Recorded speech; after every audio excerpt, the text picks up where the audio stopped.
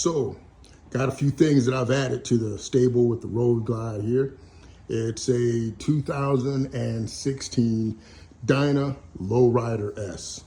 I originally was going to get a regular low rider. I saw it down in Florida, and I actually went up to the dealership just to see if I could sit on one, because I saw that they had, I think, a 2007 or 2008, and I wanted to see how it really feels, how it fits, the size and all of that, and saw this. So I was like, yeah, let me not pass this up, because I don't know if I'm going to find another Lowrider S this nice and this close to me. So I wanted to really go over first a couple of the things that it came with off the rip. It had or has Legend shocks on it. So you've got the Legend cartridges up front, and when I went out and took those out, they worked really well. I really enjoyed those. And it came with the Legend Revo-A in 13-inch. So what I did, I called Legends to see if they could rebuild the shock, because they do, of course, rebuilds, and they also throw in the heavy springs. So ship them out. They're going to rebuild them to heavy duty with the springs, and then they're also going to extend them to 14-inch shocks. So that's about a 1 to 4 day turnaround from Legends. And I believe it's $200 for each. If you want to rebuild it to another length, it's $200. And then if you want to go from standard to heavy duty, it's an additional $200. So a whole lot cheaper than buying new shocks, obviously. So that's going to work out really well. It came also with a GPR stabilizer. And when I really got looking into that, the seals were starting to go in, and I had a little bit of oil leaking. But GPR will sell you a rebuild kit for $25, or you can send it in and they'll rebuild it for, I believe it's like 30, 35 bucks, plus whatever, the shipping and handling is. So I just sent it in, had them rebuilt it, got it back, threw it on the bike. So that's something that, when you look at them online, they're like $700, $800 bucks. So that's a really good deal right there, just to get that rebuilt. Has the 110 Screaming Eagle engine in it.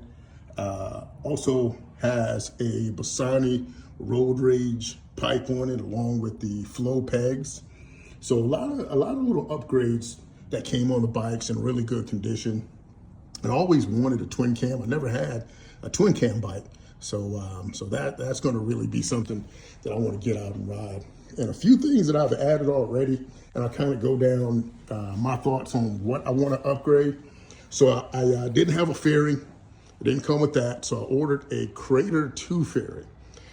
Saw a couple of reviews on people that's added that, and they put a couple of 1,000 miles on the bike. Figured it's still in fairly good condition. So ordered that, came with the windshield. And yes, I can see over it, but that's going to work out really well. Hopefully that'll hold up.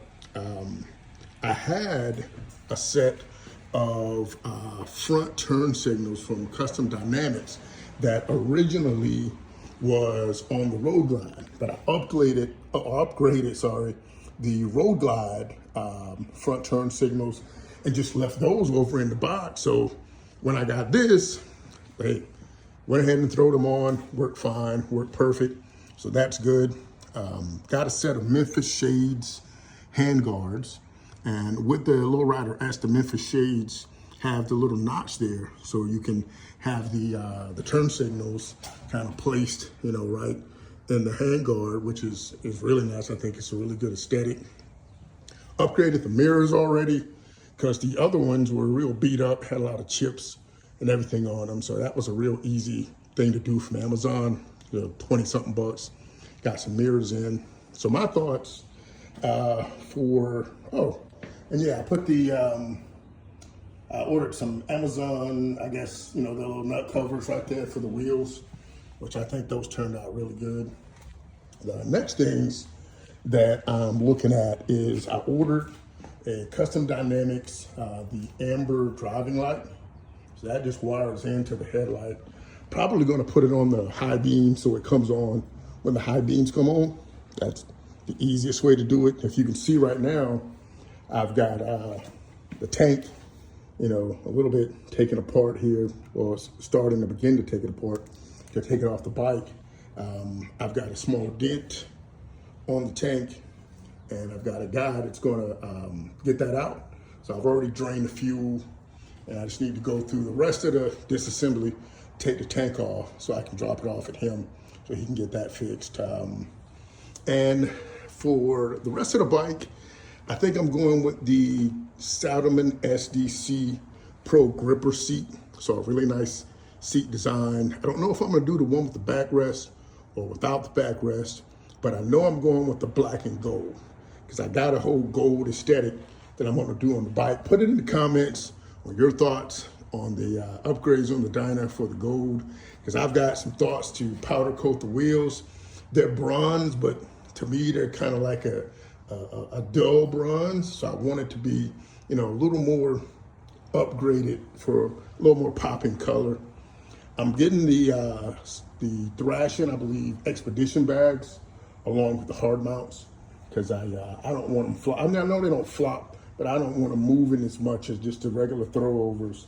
So I'm gonna do that. Probably throw a bag on it here. Oh, let me also say that it came with the Built-Well 8-inch risers along with the Built-Well bars. So for me, that was a pretty good riding stance, and I think that they're at a decent height. So I'm not gonna upgrade it to anything else. I like how well, I know it's kind of like a cliche, but they're all built pretty well. So I'm gonna stick with those unless I just, you know, get the feeling to upgrade to something else. I move the license plate, which is normally on the side for the Dynas here, and I ordered a license plate relocation kit from Viking Bags. So ordered the kit, rewired the license plate light because I had to take that loose, and also rewired the turn signals, and I'm waiting for those to come in from Custom Dynamics as well. And then that's pretty much it. You know, of course, there's a lot of engine upgrades to the 110, a few things that I want to do to kind of make it a little more reliable, like cam chest upgrades, cam plate, that type of thing. It has a 259 cam in it. I'm thinking of going with something from maybe Woods, a 777 or 888 cam.